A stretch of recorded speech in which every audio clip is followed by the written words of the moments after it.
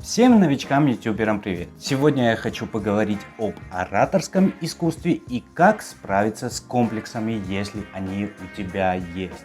И как справиться с проблемой развития своего канала на ютубе. Мы поговорим в следующем видео, потому как это очень объемная тема.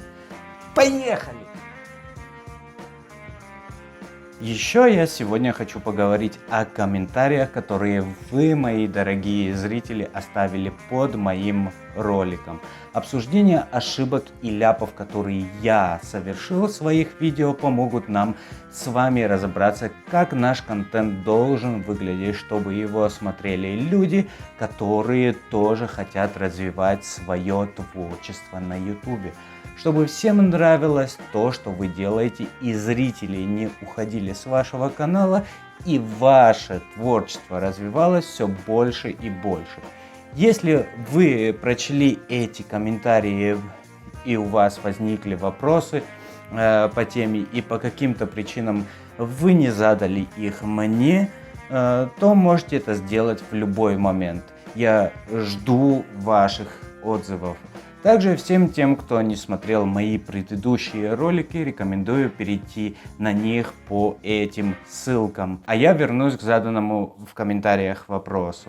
Он звучал так: как можно сэкономить на свете, если нет возможности его купить? Мой юный кинодел, если у тебя нет финансов на покупку света для видео, советую хотя бы найти альтернативу на первом этапе.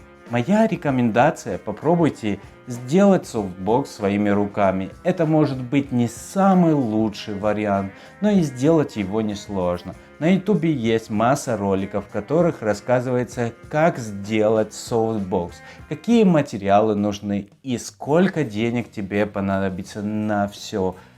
Я прикреплю к описанию ссылки на несколько удачных, по моему мнению, вариантов, но все же я очень рекомендую купить хотя бы один профессиональный свет со своим штативом. Остальные можете сделать уже сами по мере надобности.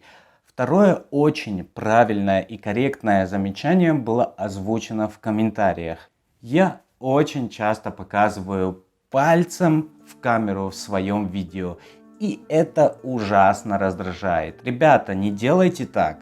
Вообще советую обходиться без навязчивых одинаковых жестов. И еще я хочу обратить внимание на оформление моего канала. Какая должна быть шапка у канала, по вашему мнению? Пригодна ли эта шапка для оформления моего канала? Как вы считаете? Что должно быть изображено и написано на ней, чтобы зрители понимали, о чем на этом канале говорится? А мы переходим к вопросу ораторского искусства. В теме ораторского искусства самое главное — это практика выговаривания слов. Вы должны донести до слушателя суть посредством комбинации слов, эмоций и жестов. У некоторых возникают проблемы с разговором на камеру. Можем назвать это комплексом. Трудно донести мысли, когда нервничаешь. Я предложу вам простые решения, которые помогут вам не расстраиваться. Первое, вам нужно написать грамотно текст.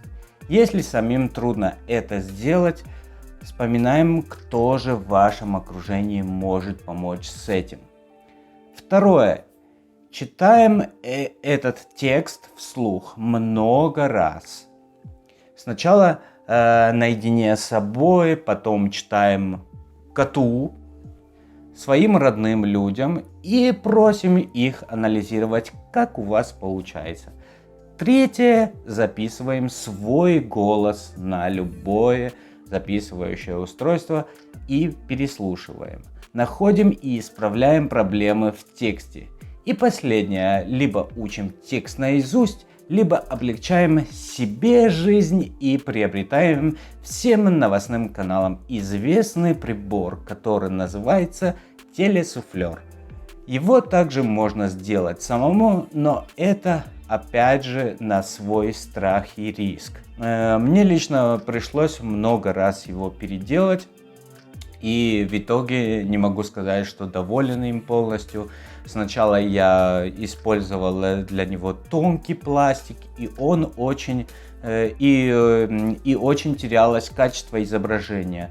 Затем я заменил пластик на стекло 4 мм, которые мне достались в подарок. Оно оказалось очень тяжелым. А для суфлера идеальный вариант 2 мм в толщину.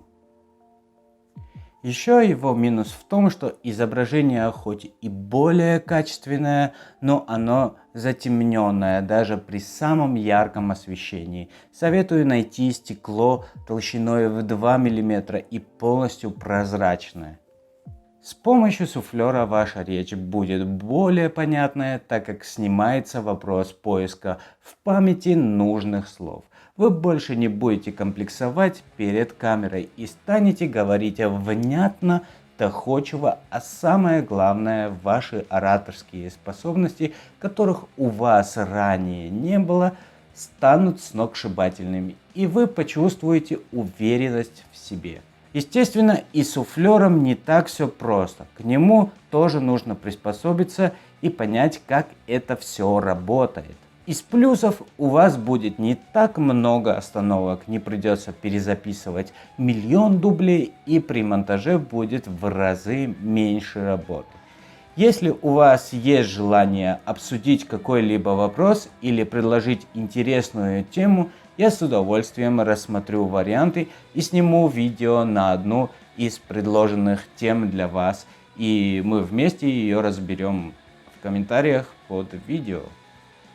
А на сегодня у меня все. Всем удачи! Не забудьте подписаться и оставить комментарии под моим видео. До скорой встречи!